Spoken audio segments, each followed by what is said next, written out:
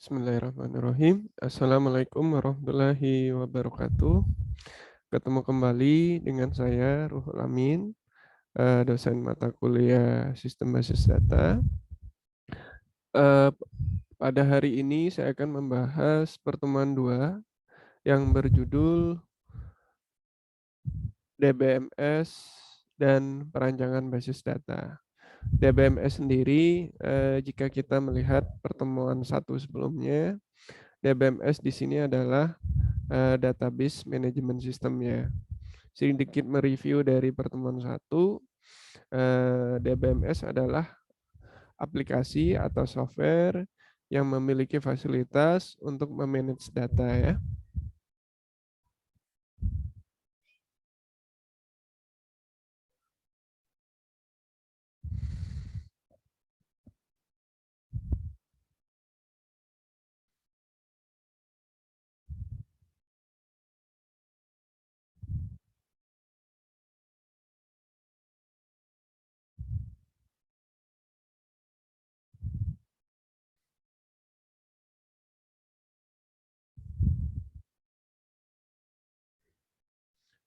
Nah, ini adalah pengertian dari DBMS ya. Adalah perangkat lunak yang memungkinkan pemakai untuk mendefinisikan, mengelola, dan mengontrol akses ke basis data. DBMS yang mengelola basis data relasional disebut dengan relational DBMS atau disingkat dengan RDBMS.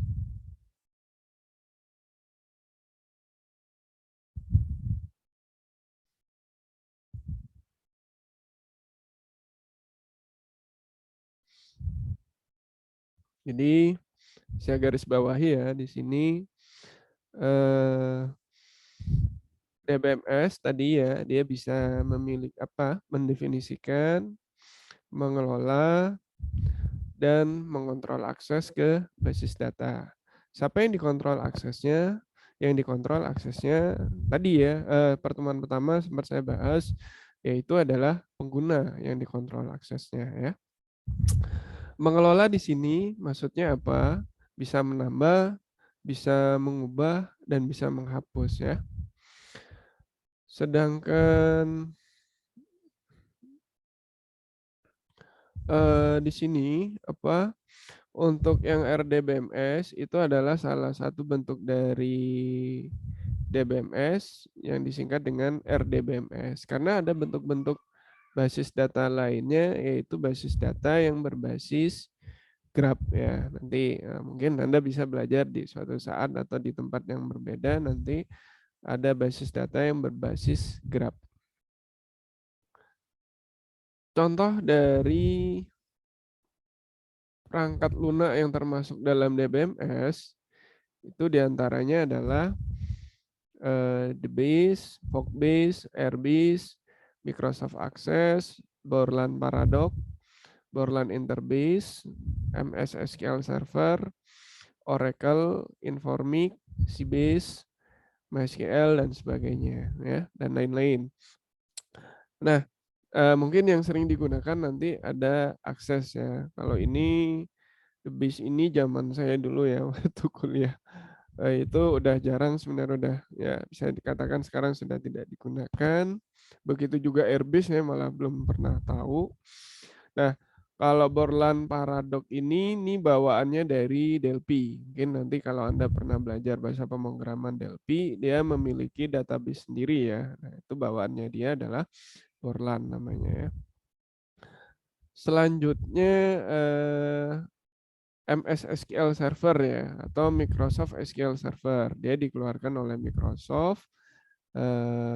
Fungsinya sama ya seperti DBMS, dia fungsinya sebagai DBMS memang. Atau yang dikeluarkan oleh Oracle ya, namanya Oracle ya. Terus Informix, nah ini juga saya belum pernah menggunakan Informix, Sybase, MySQL. Nanti kita juga belajar bagaimana menerapkan database seperti menggunakan query juga di MySQL ya. Nah ini. Nah ini ada beberapa nanti yang bisa kalian gunakan ya. Ada Microsoft Access, ada Microsoft SQL Server, ada Oracle dan MySQL. Mungkin saat ini yang sangat terjangkau itu adalah MySQL ya, karena dia aplikasi yang bersifat open source ya. Kita bisa menginstal secara gratis, bisa menggunakan secara free ya, tanpa berbayar ya.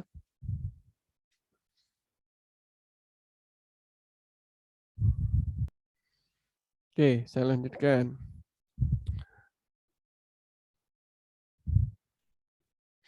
Nah, dalam DBMS dia memiliki bahasa ya atau query yang kita sebutnya nanti query ya. Nah, secara lengkapnya nama query itu adalah SQL ya. SQL di sini singkatan dari Structured Query Language. Pemahaman atau definisinya adalah bahasa standar basis data yang digunakan aplikasi atau pemakai untuk berinteraksi dengan basis data melalui DBMS. Jadi ini nanti ketika kita menggunakan atau mengembangkan atau membuat database, SQL itu wajib untuk kita kuasai ya. Karena disitulah kita menggunakan bahasa atau sintak yang dipahami oleh aplikasi itu untuk membuat tabel nanti ya, untuk membuat field. Nah, itu ya. Jadi harus kita kuasai. SQL itu dibagi menjadi dua, ada DDL dan ada DML. DDL itu adalah Data Definition Language, sedangkan DML itu adalah Data Manipulation Language. DDL sendiri adalah SQL yang digunakan untuk mendefinisikan basis data. Ya.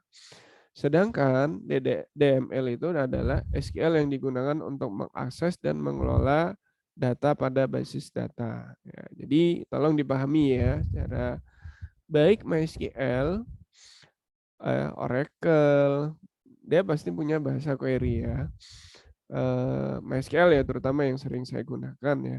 Di situ dia menggunakan apa ya? Ketika kita membuat database, membuat tabel, membuat field, itu kita bisa menggunakan query ya.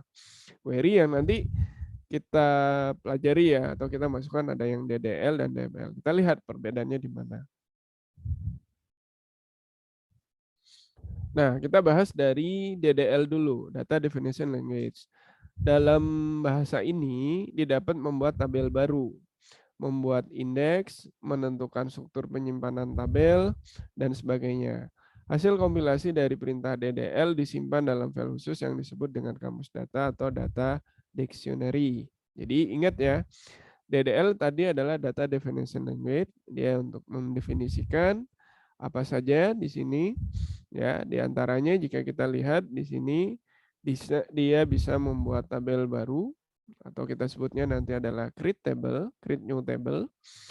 Bisa membuat indeks atau menentukan indeks, mengurutkan ya menggunakan indeks. Terus menentukan struktur dari penyimpanan tabel ya. Jadi apa ya? Ini di dalam field nanti dia memiliki tipe data ya, ada integer, ada karakter ya. Nah, itu kita pelajari juga. Terus hasil kompilasi dari perintah DDL disimpan dalam kamus data atau yang kita sebut dengan data dictionary. Kamus data merupakan suatu metadata atau superdata, yaitu data yang mendeskripsikan data sesungguhnya. Ya, nanti kita mengenal metadata ya. Dia yang memiliki apa ya? Description ya atau memiliki penjelasan ya di sini.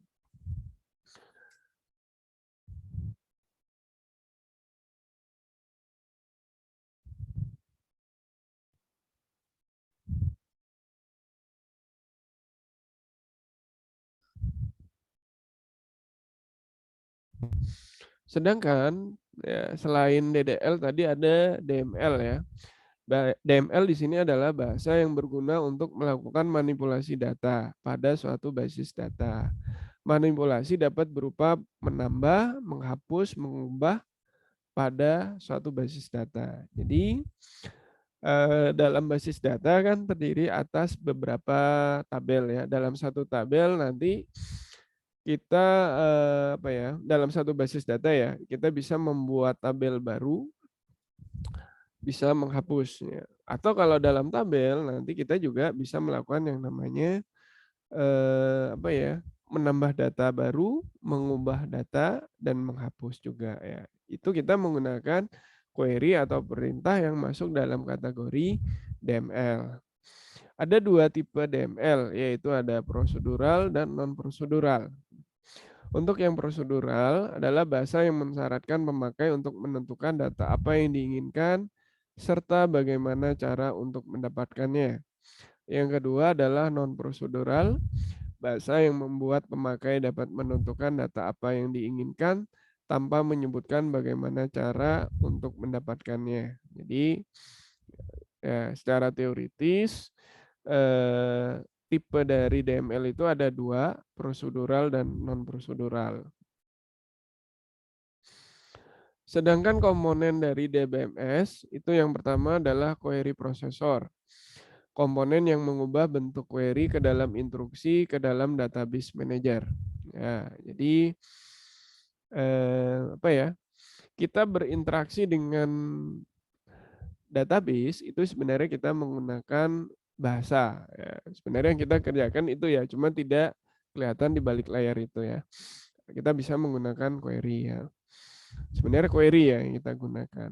Yang kedua, komponen database manager menerima query dan menguji eksternal dan konseptual untuk menentukan apakah record-record tersebut dibutuhkan untuk memenuhi permintaan kemudian database manager memanggil file manager untuk menyelesaikan permintaan.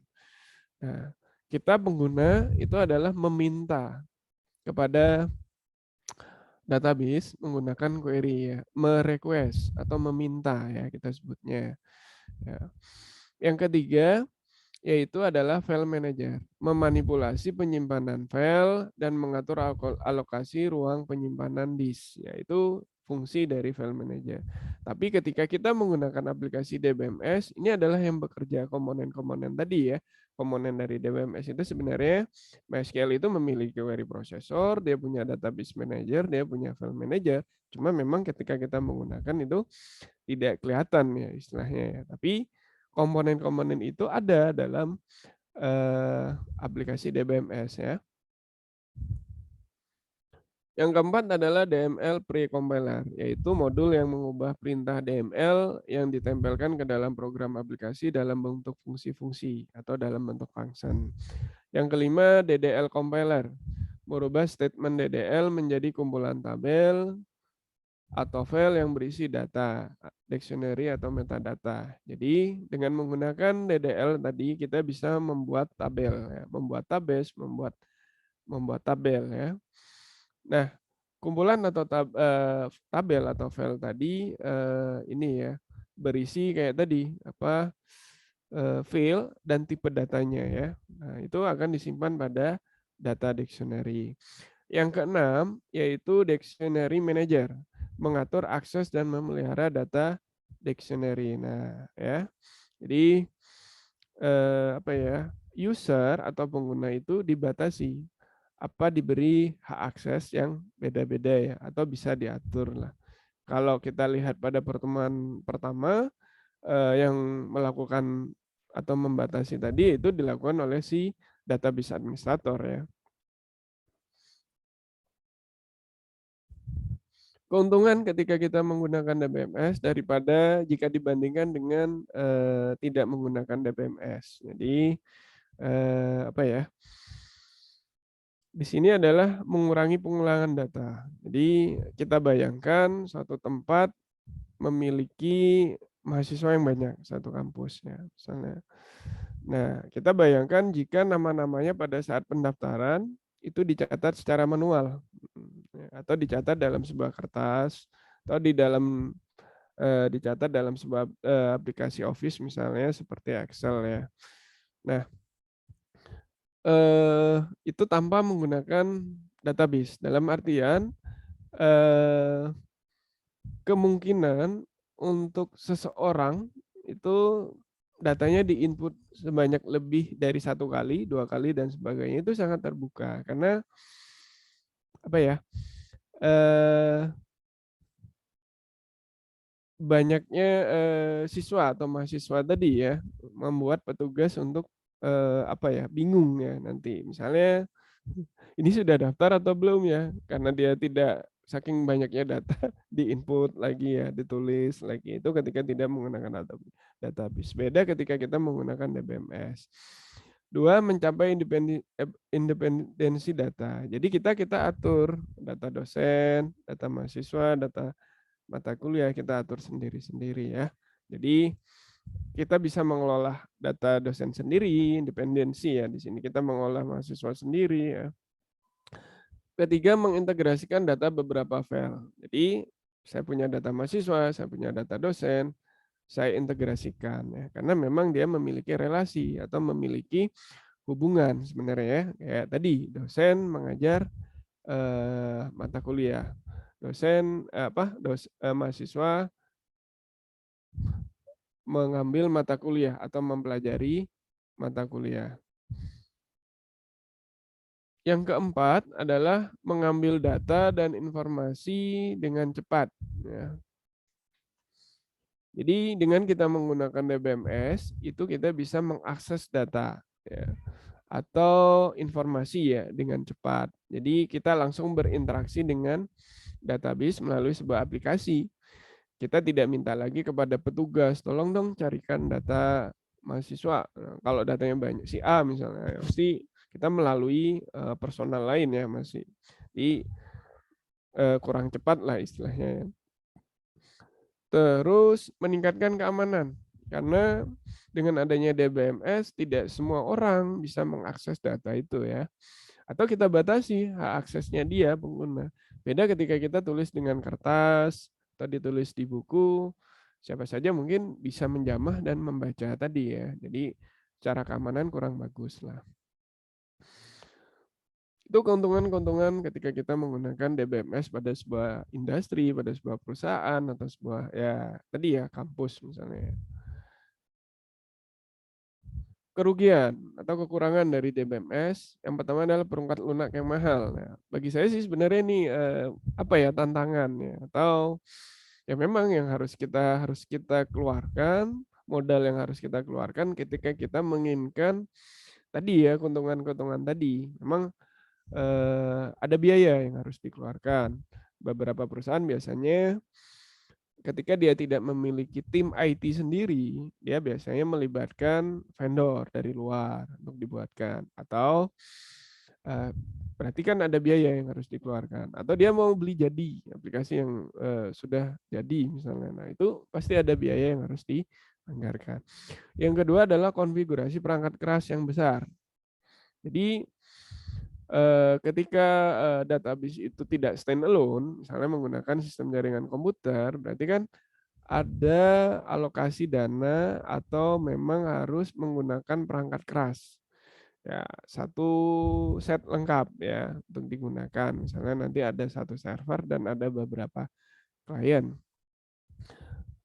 Karena kita menggunakan jaringan komputer nanti ya. Yang ketiga adalah memperkerjakan dan mempertahankan staf database administrator. Ya. Jadi memang kita itu tadi ya sempat saya singgung tadi, apakah kita mau melibatkan dari luar konsultan atau memang kita punya tim IT sendiri yang di situ misalnya ada database administrator. Ya. Itu pasti kita memperkerjakan itu ya. Mau tidak mau berarti kan sebuah perusahaan atau sebuah organisasi itu mengalokasikan honor atau gaji bagi si database administrator tadi. Selanjutnya adalah abstraksi data ya. Abstraksi data terbagi menjadi 3 tingkatan. Internal level, conceptual level, dan external level.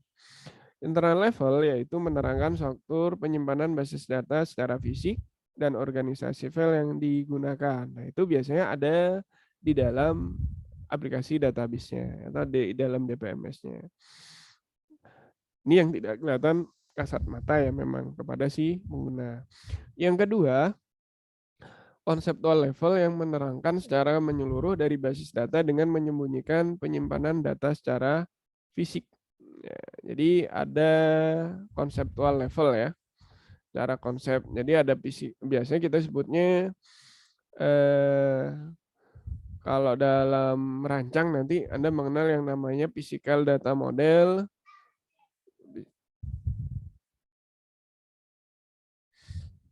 Selanjutnya yang ketiga yaitu adalah external level yang menerapkan view basis data dari sekelompok pemakai. Jadi tingkatan yang ketiga itu adalah eksternal. Nah, disinilah yang menjadi penghubung antara si pengguna ke basis datanya ya.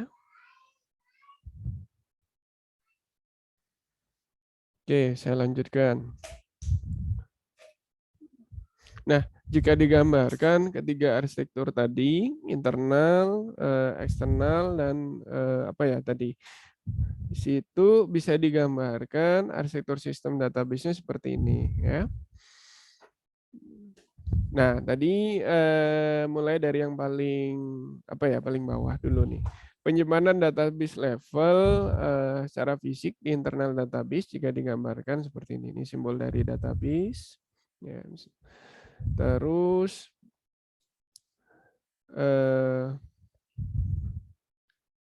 diakses oleh DBMS ya, atau Database Management System di sini ya. Diakses oleh DBMS dan ini juga DBMS tadi sebagai perantara atau penghubung antara pengguna dengan database-nya ya. Jadi misalnya ada beberapa pemakai ya, pemakai 1, pemakai 2, ya, pemakai A1, pemakai A2, pemakai B1, dan pemakai B2. Mengakses database ya, database tentunya yang tersimpan di DBMS. Apa ya? Yang menghubungkan itu adalah aplikasi kan ya. Aplikasi itu tentunya dibuat oleh bahasa pemrograman ya. Bahasa pemrograman, kita menggunakan bahasa pemrograman. Terus ini adalah pandangan eksternal si A. Jadi begitu juga pandangan eksternal pemakai A2 ya. Kita sebut si A. Pemetaan konseptual, terus disimpan pada aplikasi DBMS. Begitu juga untuk yang pemakai B ya, pemakai B, pemakai B1, pemakai B2, begitu juga. Nah, kita lihat berdasarkan tadi ada internal level ya, terus konseptual level ya. Ketiga tingkatan tadi jika kita lihat kembali di sini internal, konseptual, dan eksternal ya. Internal itu adalah yang disimpan di ya, internal itu yang disimpan di secara fisik. Ya, konseptual menerangkan cara menyeluruh dari basis data dengan penyimpanan data secara fisik. Eksternalnya itu adalah menerangkan view basis data dari sekelompok pemakai. Jadi urutannya panah dua arah ini juga menunjukkan jika dia bisa mengakses, bisa membaca, ya, bisa menulis ya. Contoh kayak DBMS ya. Dia ketika ada permintaan dari pemakai, dia bisa apa ya, merespon ya. Dan tambahan dari pemakai ketika menambah data juga disimpan pada DBMS dan juga ditimpal secara eksternal ya di sini. Ya internal ya, internal pada database-nya. Perancangan basis data tujuannya adalah yang pertama, kenapa kita harus merancang basis data, dan kenapa tidak langsung dibuat jadi misalnya dalam aplikasi. Butuh yang namanya desain atau perancangan. Yang pertama adalah untuk memenuhi informasi yang berisi kebutuhan-kebutuhan user secara khusus dan aplikasinya. Jadi kita harus menganalisa dulu kebutuhan pengguna itu seperti apa, keinginannya seperti apa. Yang kedua adalah memudahkan pengertian struktur informasi. Yang ketiga, mendukung kebutuhan-kebutuhan pemrosesan dan beberapa objek penampilan, mulai dari response time, process time, dan storage space. Ya.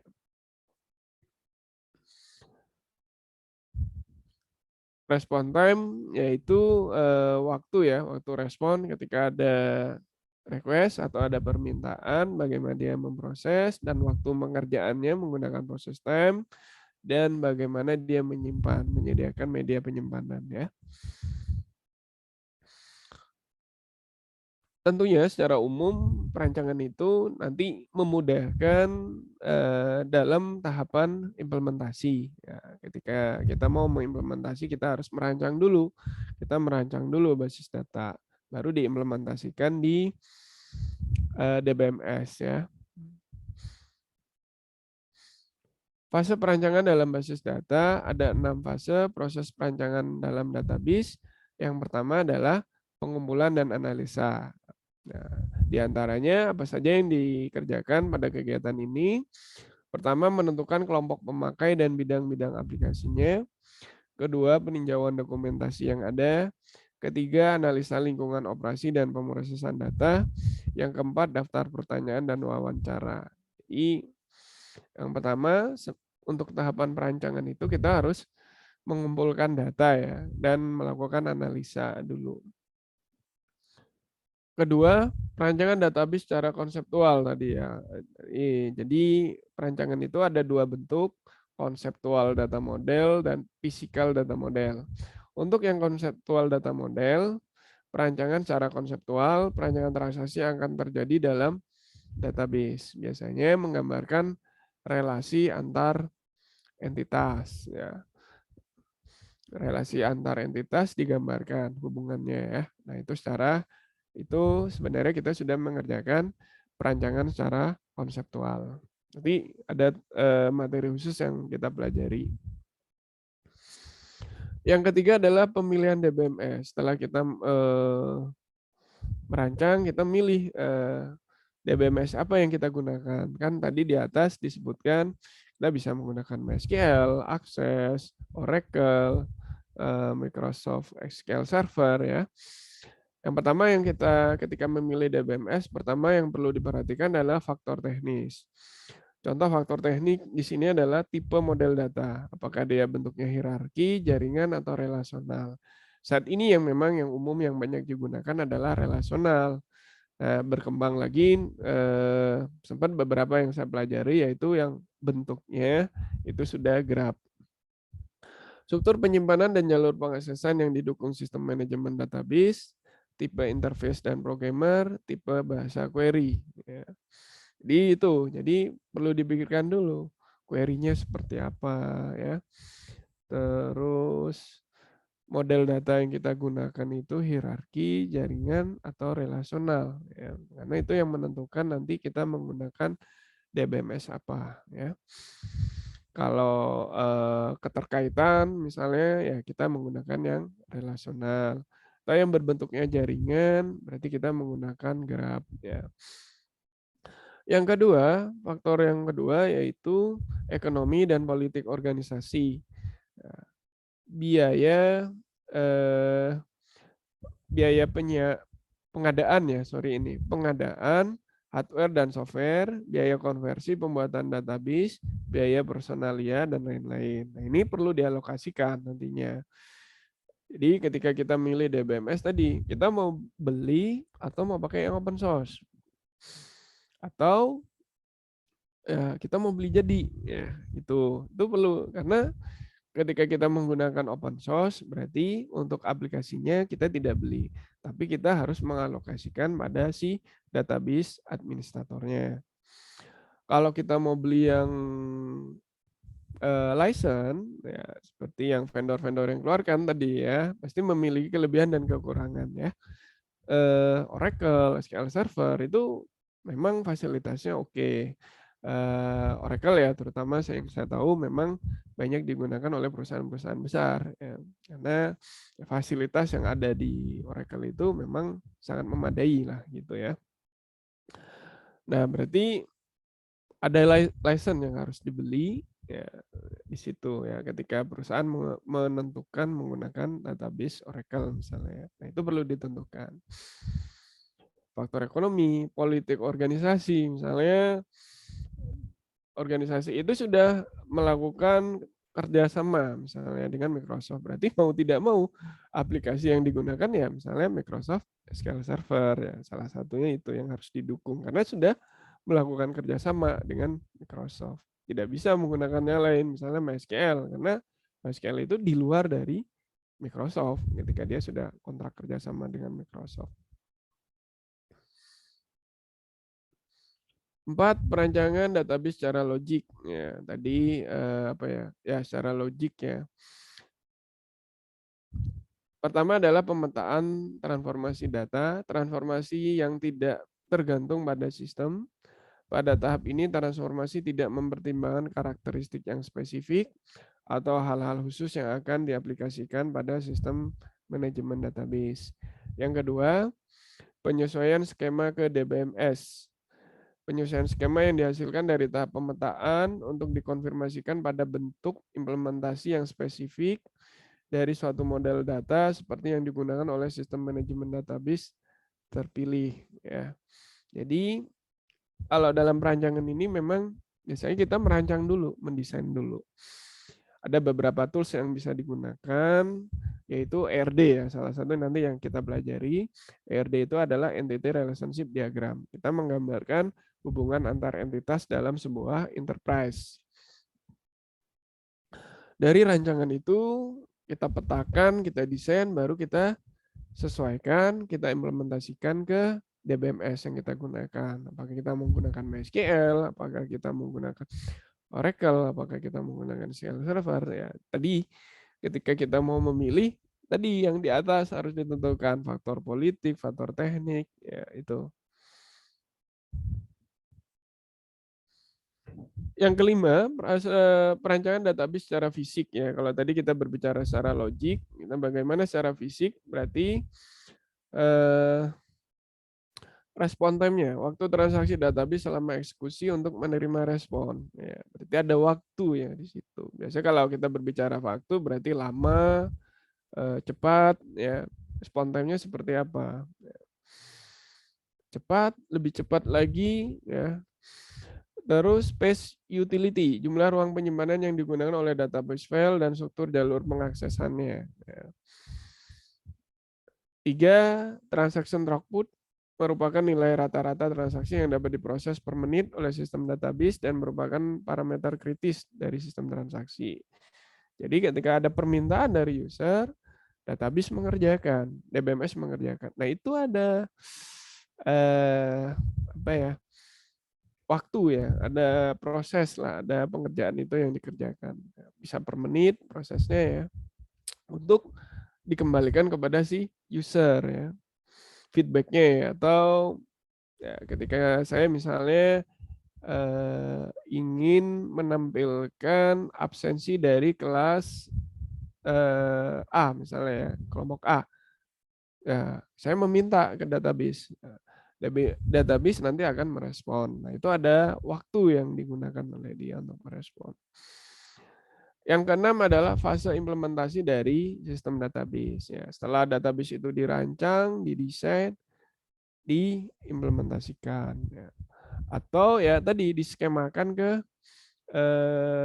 DBMS ya. Ketika di DBMS ya sudah jadi diimplementasikan, dijalankan, digunakan ya. Nah itu adalah fase-fase di dalam merancang database ya. Nah, jadi kalau kita lihat ada 6 ya tadi ya. Pertama adalah pengumpulan dan analisa, yang kedua perancangan database secara konseptual, ketiga adalah pemilihan DBMS, keempat adalah perancangan database secara logik, dan yang kelima perancangan database secara fisik, yang keenam adalah fase implementasi dari sistem database-nya. Jadi pasti dimulai dari tahapan desain atau perancangan baru ke implementasi ya. Oke. Itu materi pertemuan 2 dari saya. Mudah-mudahan bisa menambah pengetahuan dan wawasan bagi Anda. Itu dulu dari saya. Sekian dan terima kasih.